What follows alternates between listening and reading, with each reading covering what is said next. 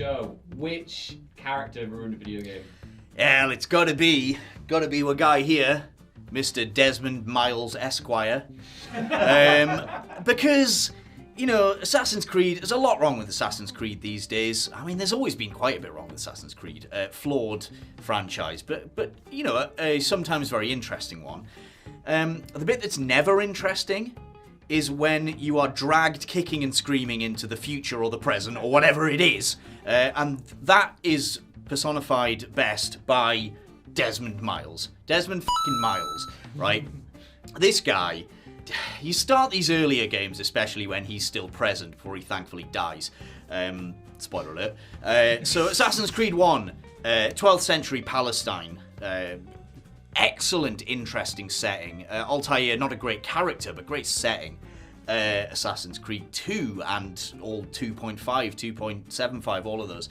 Ezio in the Italian Renaissance.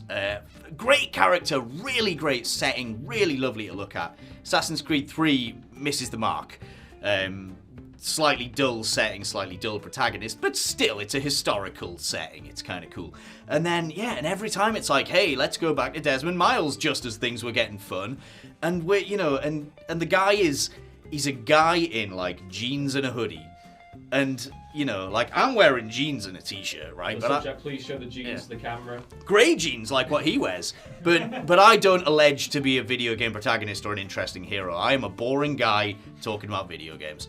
Right? Preach. And yeah, preach. And as I say, every time it grinds the game to a halt. I don't want to do these stupid conspiratorial stories about how the Templars have been going forever and everyone's actually secretly a Templar or an assassin. It's just stupid and dull.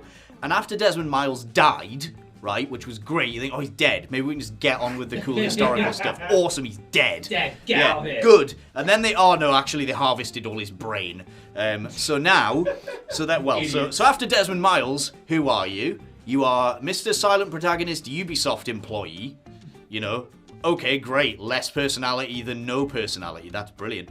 And then after that, you are someone else. Layla Hassan has a bit more character, but still, the game just stops. You know, I could be in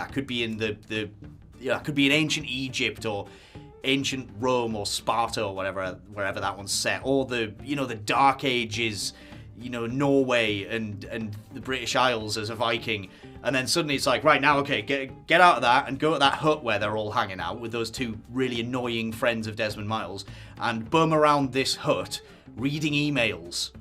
No thanks. Ewan. Hi. What character ruined a video game? Oh, the roll on that. Okay, so I'm starting this off with. I'm hating on someone that I really, really like, right? I'm talking today about Conan O'Brien in Lego Batman 3 Beyond Gotham. Now, I love me some Conan. You love Conan. I love me some Scott Conan. loves Conan. Sal, you love Conan. Hey. The audience loves Conan. We all love Great Conan, guy. right? But the way he is integrated in Lego Batman 3, it's really, really annoying. He just shows up everywhere. You'll be walking down the thing and then it's like, hey, I'm Conan O'Brien. Hey, I'm here to talk to you about how you pick up studs in Lego. It's like, I already know how to pick up studs in Lego. That's literally all you do in the Lego games is smash bricks, pick up studs, and buy some silly character. And it got really annoying after a while, and it pains me to say this because it's really cool that Conan O'Brien is in a video game. It's really like the funnest thing for him because it's like he does games. Yeah. It's fun for him to be in a His game. whole thing was not knowing about games, and now he's in them. No, he's in them all the time, and it's a shame because I love little Lego Conan's very cute. Yeah, it's a pretty cute thing. It's really cute, but he's just everywhere, and it just after a while, it's like, yeah, okay, Conan, okay, Conan, yeah, okay, Conan. And it's just a shame because at the same time that game spotlights better characters like the Green Lantern from the 2003 Duck Dodgers cartoon with the amazing Tom Jones intro. And he, you know, if they changed the ratio of Conan to Green Lantern, Lego Batman 3 could have been a masterpiece. But Full yeah, stop, mic drop. Exactly. You know, bring back the Green Lantern. That's what I say. Easy. So in my opinion, Sonic Adventure is a great game. It's not perfect by any stretch of the imagination, but it's solid and it's one of the only 3D Sonic games that actually is good.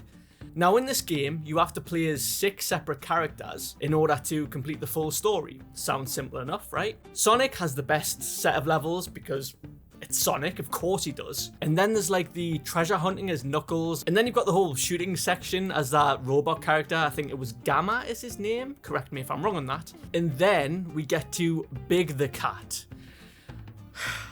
Now, Big's missions comprise of this fishing minigame in order to get this frog, which is Big's like best friend or something. I don't know, it's really weird. I think his name's Froggy. And Froggy is an absolute bastard because the fishing minigame never, ever, ever works. And in this section as well, you have to catch fish that are a certain weight, like 1,000 grams or 1,000 kilograms or whatever, I don't know.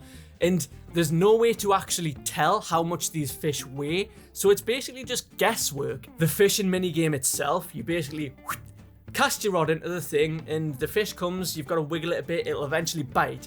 And now it's complete chance on whether or not you're actually going to be able to reel this fish in. And the controls are garbage, it never works, and yeah, it's just a massive, massive headache because Sonic Adventure is a good game, like I said at the start, but these missions, why? Why, Sega? Why did you include this? Like, in Sonic Adventure 2, they completely removed Big from the whole thing, so you didn't have to deal with this sort of thing.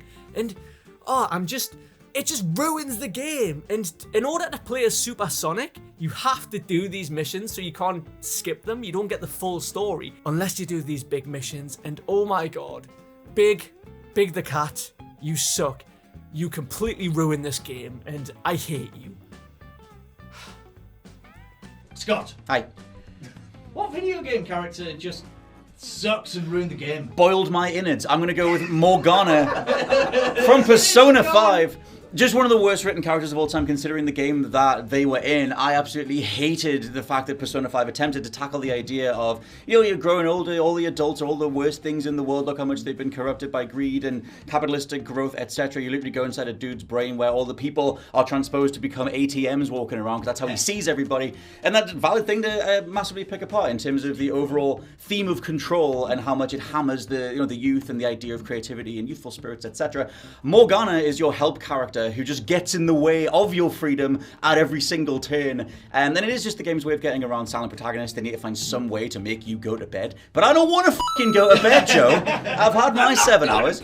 And so it's one of those things where every single time you think you can do an extra side mission, or you think you can do an extra conversation, or you might want to just ring a character or something, Morgana's little text thing pops up and just says, hey, you actually need to go to bed. Oh, you don't want to be doing that, do you? Oh, you actually don't want to do that, do you? And I'm like, I'm a human! The whole point of the game is that we're supposed to be reinforcing human freedom, but this tiny little stupid cat face won't let me do anything.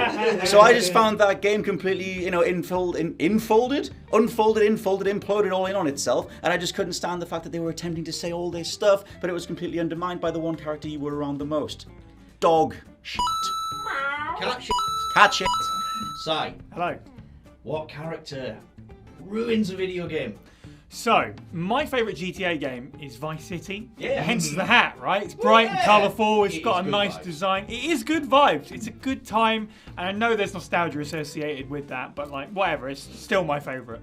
But then sort of skipping over San Andreas a little bit, but if we were to jump on to the next big game, which is obviously GTA 4, I kind of struggled to play that a little bit. And one of the reasons is Roman Bellic. Roman Bellend. I mean, there you go. More like Roman Smellick. Whoa! Anyway. So this is coming off now because it's not the only reason GTA 4 is kind of a miserable game. It's sort of very grey, it's very brown. Every other mission is a tutorial for something that you're never going to use again anyway.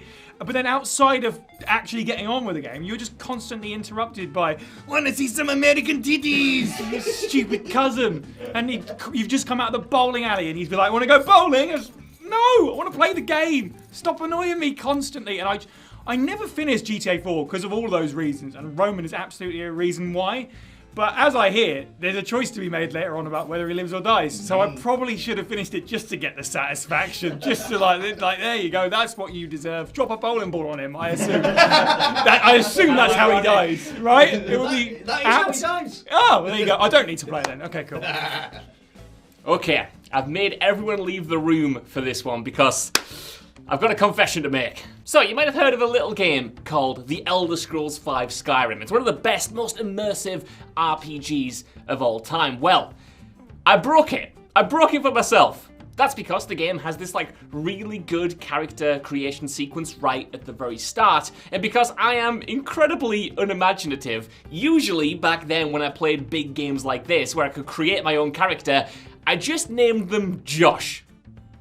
But in this instance, I was actually playing Skyrim for the second time around, so I didn't want to just call the character Josh again. I needed something to differentiate the save file, so I thought, I'm a teenager, let's give him a meme name. And the name that was doing the rounds at the time that I wanted to give this character, and did give this character, was, it pains me to say this. It pains me to say this out loud.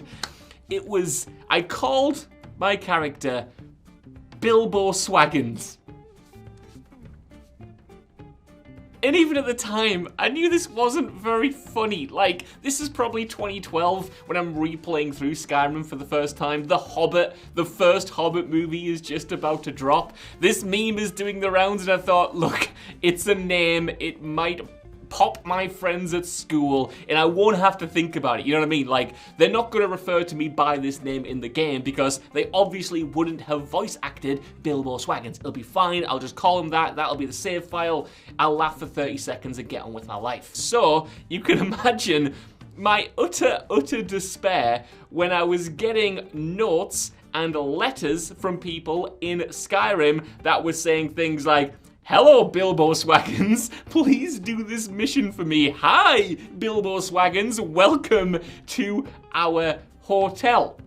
And I played this save file for 40 hours, I suppose. And every minute I was reminded that I had named my character this was proper hell, and it gives me full body cringe talking about it today because it wasn't done in irony. I thought it was genuinely funny for about 5 minutes, and then it was just immersion breaking every time after. So yeah, this is my custom character that completely broke Skyrim. And don't you dare tell everyone else about this. This is between you and me. I'm confiding in you. I'm confessing to you. Bilbo Swaggins, man. Cut me a break.